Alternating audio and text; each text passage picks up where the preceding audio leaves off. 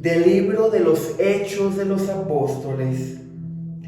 En aquellos días, Saulo, amenazando todavía de muerte a los discípulos del Señor, fue a ver al sumo sacerdote y le pidió para las sinagogas de Damasco cartas que la autorizaran para traer presos a Jerusalén a todos aquellos hombres y mujeres que seguían la nueva doctrina.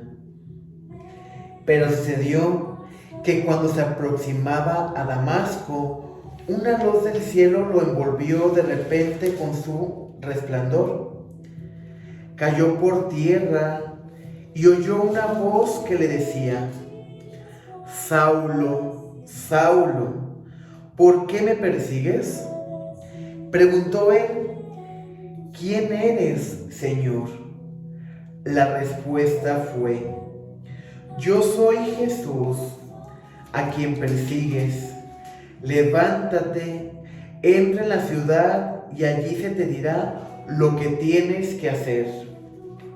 Los hombres que lo acompañaban en el viaje se habían detenido, mudos de asombro, pues oyeron la voz, pero no vieron a nadie.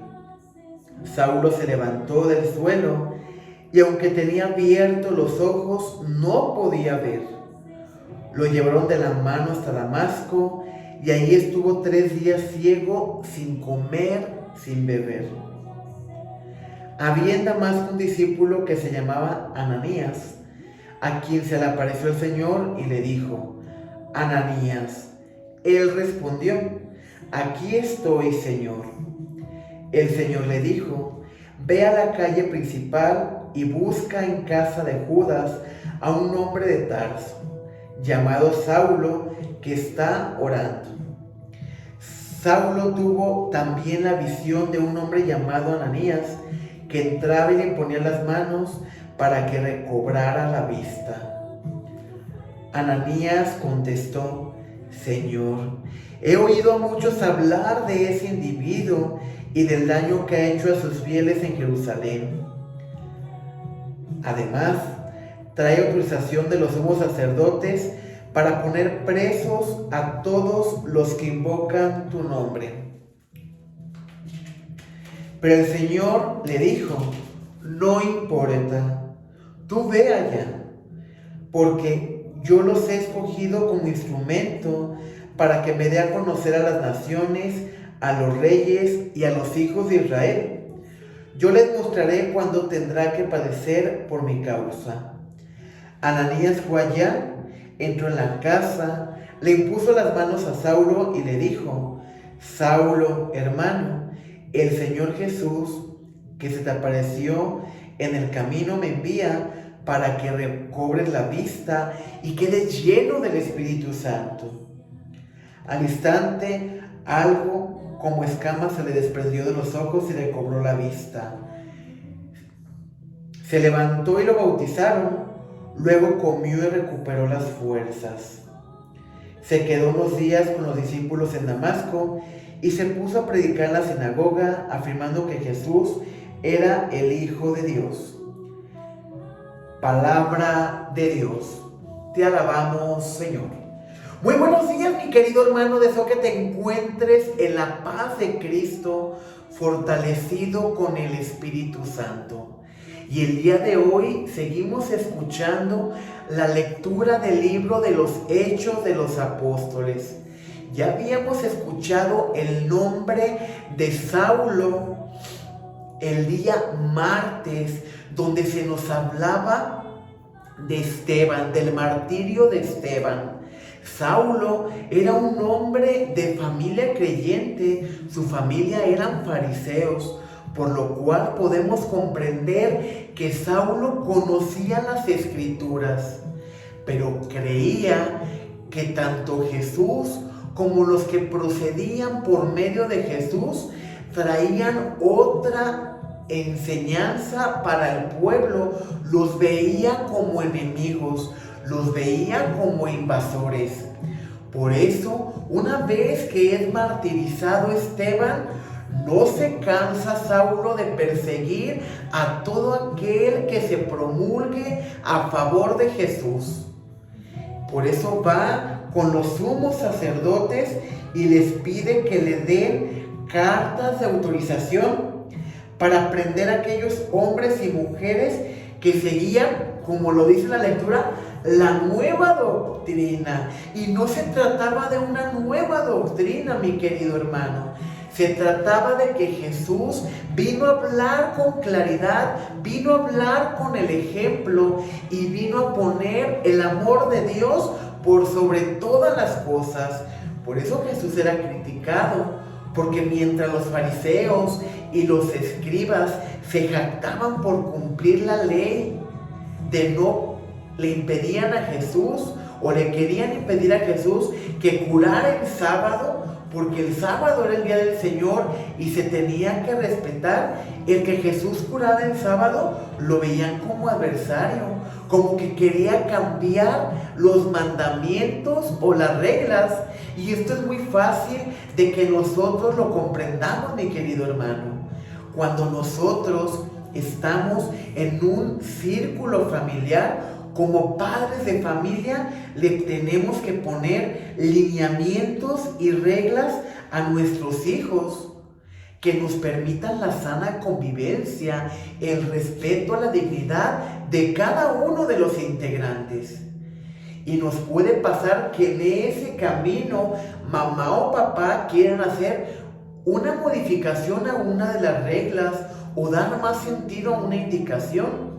Y esto no quiere decir que tengan una nueva doctrina, quiere decir que nos quieren conducir de la mejor manera. Eso es lo que Dios quiso hacer con su pueblo cuando hizo una nueva alianza con el pueblo israelita, en el cual ya no les iba a castigar, sino que les iba a mostrar su misericordia y su amor. Y la misericordia que Dios nos ha enseñado a través de Cristo es que su amor rompe cualquier limitante, rompe cualquier regla. Tanto amó Dios al mundo que entregó a su Hijo único. Y Jesús en respuesta nos enseña: no hay amor más grande que aquel que da la vida por sus amigos. Jesús cumplió su misión salvífica al entregar la vida por ti y por mí.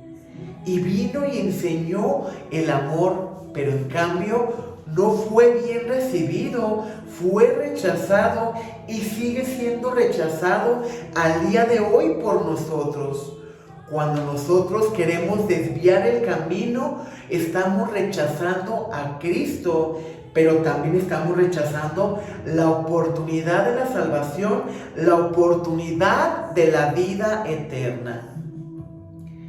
Saulo no se cansaba de perseguir a quienes predicaban lo que él llamaba la nueva doctrina, pero era la misma doctrina. Él sabía que los profetas habían anunciado la llegada del Mesías, la llegada del Hijo de Dios, y que no le iban a reconocer. Y aún así seguía aferrado en seguir atacando a los discípulos de Cristo. Pero cuando él iba en camino a Damasco, una luz del cielo lo envolvió con un resplandor grande. Y oyó una voz que decía: Saulo, Saulo, ¿por qué me persigues? Él quedó totalmente atónito. No comprendía lo que estaba pasando. Sin embargo, al preguntar quién es, escuchó la voz: yo soy Jesús a quien persigues.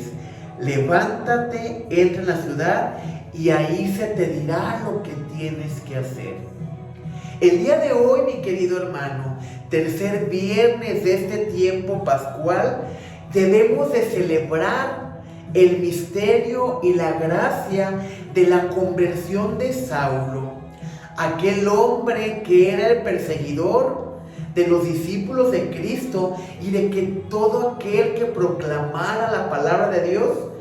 Ha llegado el momento en que se ha encontrado con el Señor. Jesús le ha llamado por su nombre: Saulo, Saulo, y le ha reprochar: ¿por qué me persigues? En ese momento Saulo, aunque tenía los ojos muy abiertos, no podía ver. Siguió las indicaciones que se le dieron, se fue a la ciudad que le indicaron, y por medio de una revelación que Dios le permitió sentir, él sabía que iba a recobrar la vista por medio de Ananías, un profeta que el Señor había elegido también para predicar la palabra. Sin embargo, cuando Ananías recibe este llamado del Señor,